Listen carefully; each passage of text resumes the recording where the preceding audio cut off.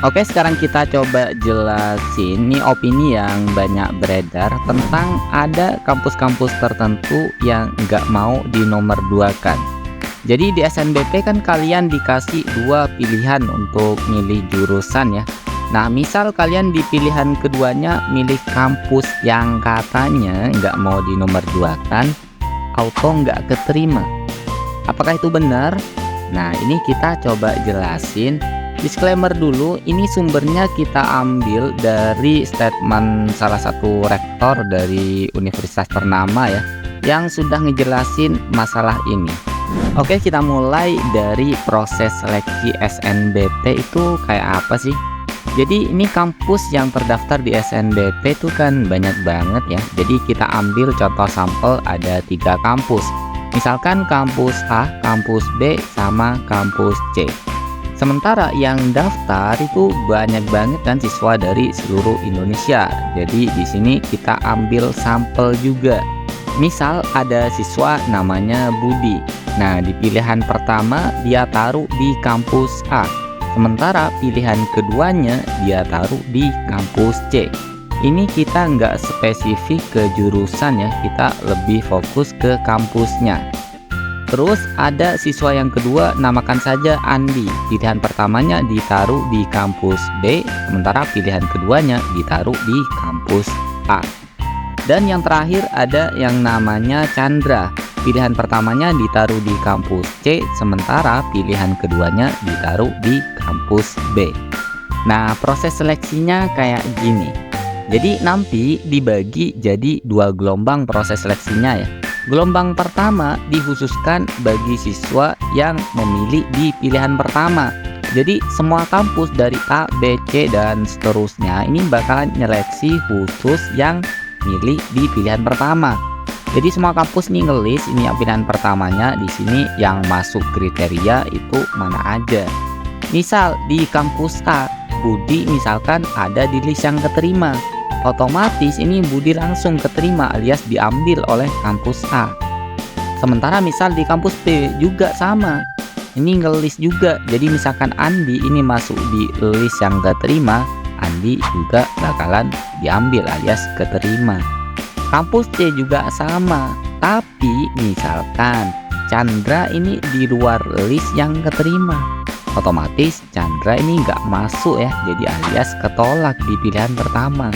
Nah, setelah kampus milih semua yang masuk di pilihan pertama, ini kan ada yang nggak keterima, ada juga yang keterima. Nah, yang nggak keterima ini masuk ke gelombang kedua, sementara yang keterima ini sudah kecoret di gelombang kedua ya, jadi nggak diseleksi lagi. Jadi tadi untuk yang Andi ini kan sudah keterima di kampus B. Berarti di kampus A di pilihan keduanya alias di gelombang keduanya ini nggak masuk lagi. Begitu juga untuk yang Budi di kampus C sudah nggak diseleksi lagi. Nah, yang jadi catatan sekarang yang Chandra. Jadi di gelombang kedua ini intinya adalah sisa-sisa yang nggak keterima di gelombang pertama alias yang di pilihan pertama. Jadi semuanya diseleksi lagi, yang nggak keterima ini diseleksi. Kalau di kampus tertentu itu masih ada kuota. Ya, catatannya gelombang kedua ini ada proses seleksinya jika di kampus tersebut masih ada kuota. Jadi misalkan Chandra tadi di pilihan keduanya itu kan ngambil di kampus B.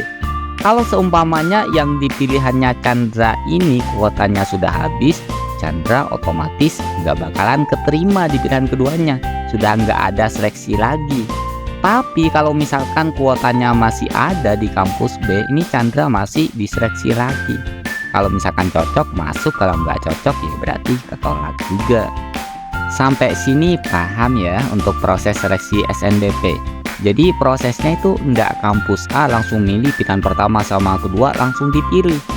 Kalau misalkan kayak gitu, misal di sini untuk kasusnya Andi di kampus A di pilihan kedua kan ya, misal diterima langsung di kampus A langsung diseleksi langsung ya keterima. Tapi di kampus B di pilihan pertama juga keterima. Nah, kalau kayak gitu ini mau masuk yang mana? Masa kampus A sama kampus B suruh gelut dulu baru yang menang ngambil Andi?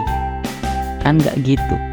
Nah, balik lagi ke pertanyaan awal, jadinya bener nggak nih ada kampus yang nggak mau nerima pilihan kedua?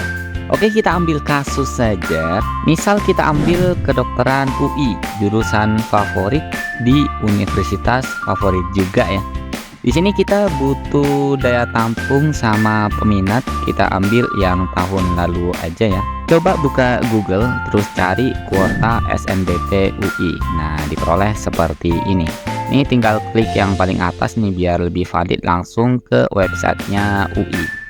Nah, di sini pendidikan dokter pendaftarnya di tahun 2022 1200 sekian. Daya tampungnya di 50 ya.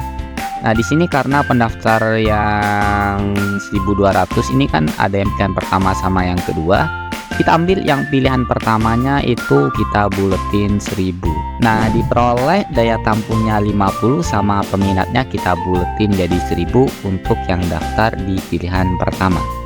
Nah, proses seleksi yang pertama di gelombang pertama di sini kan khusus yang di pilihan pertama. Jadi UI akan ngelis siswa-siswa dari yang terbaik, prestasi yang terbaik ya. Dilihat dari prestasi siswa itu sendiri, indeks sekolah dan lain-lainnya. Misalkan sudah dapat listnya dari 1 sampai 50 yang potensial untuk keterima.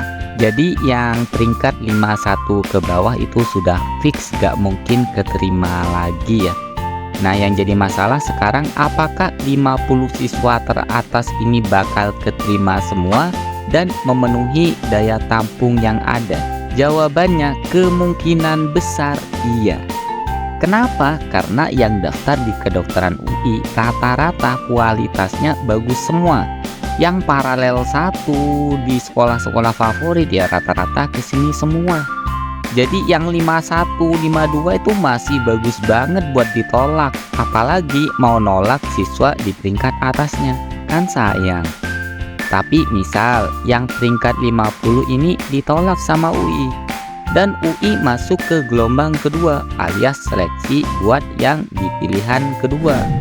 Yang mana di gelombang kedua ini, maaf nih, adalah sisa-sisa yang tidak diterima di pilihan pertama. Jadi di gelombang 2 ini UI ngelis lagi siswa-siswa yang daftar di pilihan kedua ini dirilis mulai dari yang terbaik ya, terus diurutkan.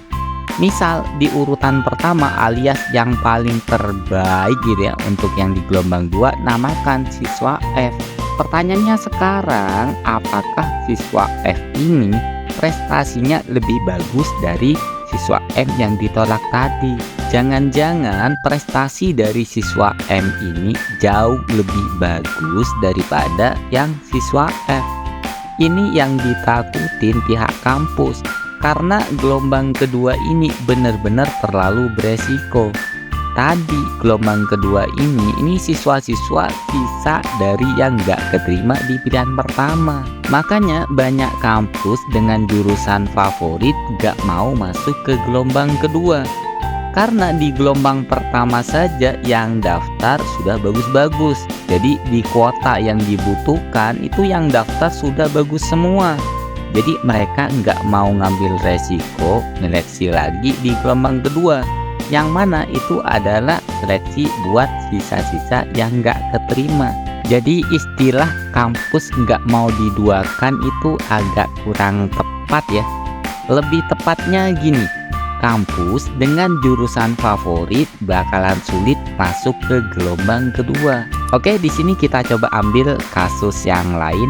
Misalkan di UI ada jurusan A yang kurang favorit ya. Terus di gelombang satunya yang daftar ternyata banyak yang nggak sesuai kriteria. Jadi di kuotanya itu ini yang masuk ke kuota itu masih yang rendah-rendah semua. Otomatis UI ini bakalan mikir buat masuk ke gelombang kedua. Apalagi misal ada siswa N yang pilihan pertamanya tadi kedokteran kan sudah ketolak di UI kan, otomatis pasti masuk ke gelombang yang kedua untuk proses seleksinya. Dan misal siswa N ini daftar di pilihan keduanya di jurusan A, UI jelas tahu ya, soalnya ketolaknya juga di UI. Secara otomatis UI ini bakalan masuk ke gelombang kedua. buat nyeleksi siswa N ini. Siswa N ini masih bagus banget ketolak di kedokteran gara-gara saingannya itu ketat banget ya. Secara otomatis ini siswa N ini bakal keterima di pilihan kedua yang di jurusan A. Jadi dapat kita simpulkan ya, jadi bukan kampus nggak mau nerima yang pilihan kedua, cuma di jurusan-jurusan tertentu yang daftar di pilihan pertama sudah bagus semua. Jadi kuotanya sudah habis di seleksi gelombang pertama.